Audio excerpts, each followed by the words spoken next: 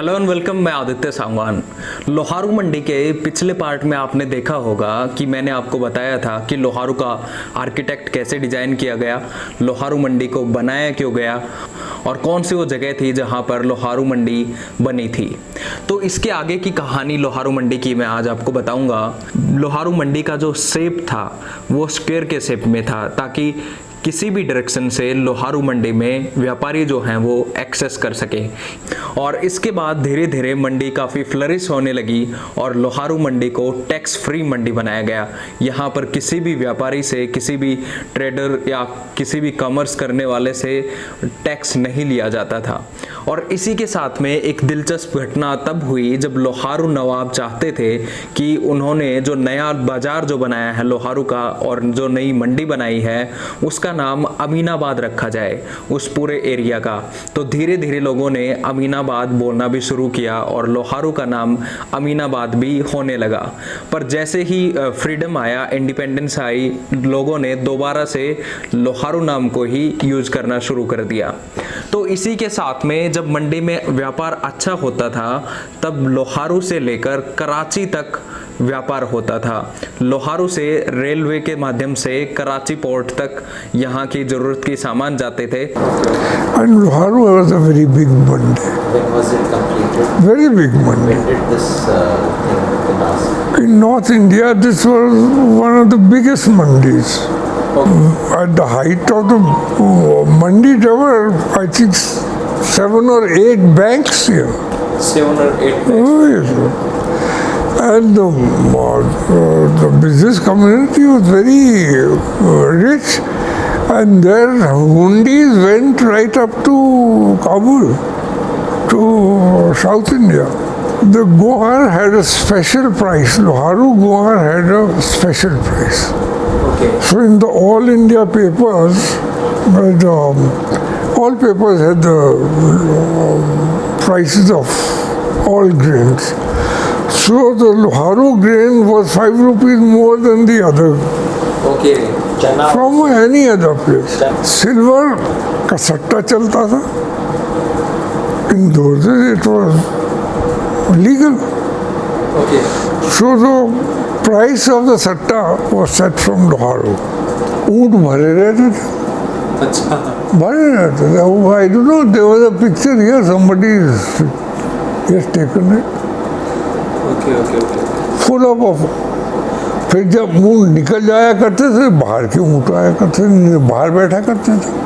लोहारू मंडी के प्रेस्टीज का अंदाज़ा आप इस बात से लगा सकते हैं कि लोहारू मंडी की जो हुंडी होती थी उसको काबुल तक रिकॉग्नाइज किया जाता था।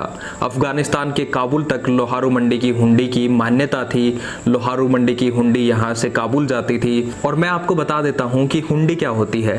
हुंडी एक कागज़ का टुकड़ा होता है जिस पर एक पर्टिकुलर अमाउंट लिखा होता है और वो पर्टिकुलर अमाउंट आप किसी भी दूसरी मंडी में जाकर उस मंडी से उतना पैसा आप ले सकते हैं। वो एटीएम की तरह काम करता था कि और उतना पैसा डिडक्ट करके वो व्यापारी उस पर लिख देता था कि इतना अमाउंट इसका बाकी रह गया। तो ये हुंडी होती थी। पहले के ज़माने में इसको प्रयोग किया जाता था। और इसी के साथ में लोहारू मंडी की जो दालें थी उनको मद्रास और वेस्ट बंगाल भी भेजा जाता था।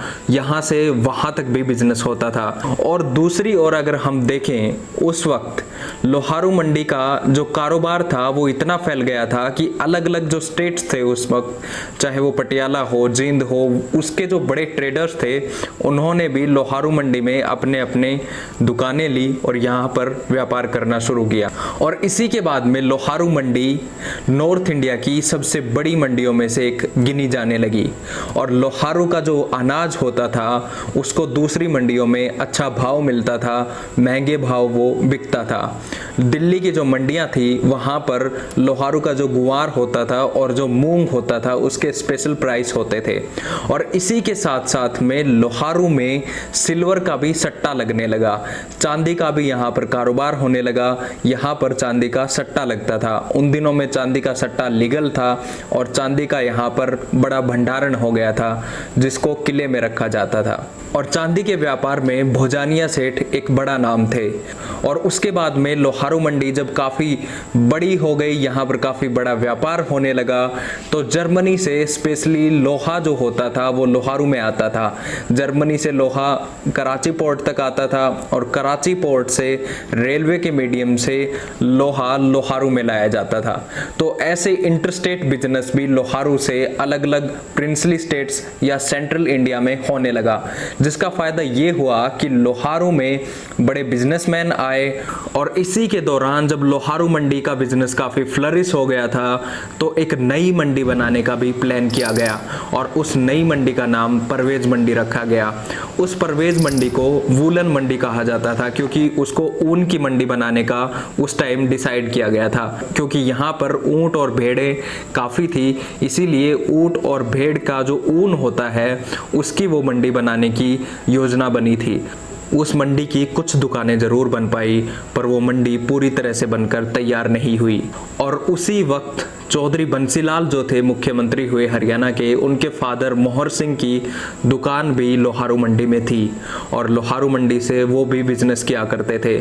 तो धीरे धीरे जब लोहारू मंडी काफ़ी बड़ी हो गई थी, नॉर्थ इंडिया की वन ऑफ द बिगेस्ट मंडी जिसको बोला जाने लगा था, फिर इंटरस्टेट बिजनेस यहाँ होता था और काफ़ी अलग अलग बनिया और सेठ थे, उन्होंने माइग्रेट करके लोहारू भी आए और वो लोहारू में भी रहने लगे।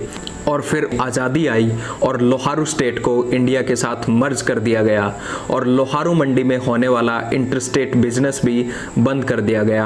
अब एक स्टेट से दूसरे स्टेट में बिजनेस नहीं होता था, उसके लिए परमिशन लेनी पड़ती थी और इसी के साथ में लोहारू मंडी में जो अलग अलग स्टेट से बिजनेस होता था वो होना बंद हो गया।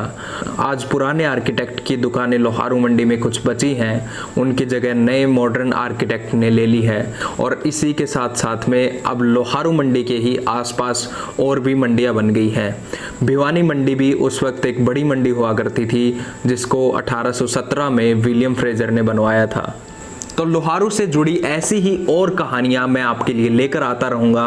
आप बस इस चैनल को सब्सक्राइब करिए और इन वीडियोस को ज़्यादा से ज़्यादा शेयर करते रहिए ताकि ज़्यादा से ज़्यादा लोगों तक ये पहुंचे। मैं Aditya Sangwan, thank you very much.